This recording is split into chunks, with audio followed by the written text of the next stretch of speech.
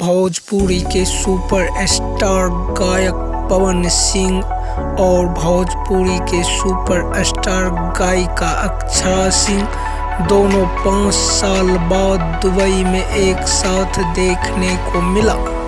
क्या है खबर की पूरी जानकारी हम आपको इसी वीडियो में आगे बताएंगे।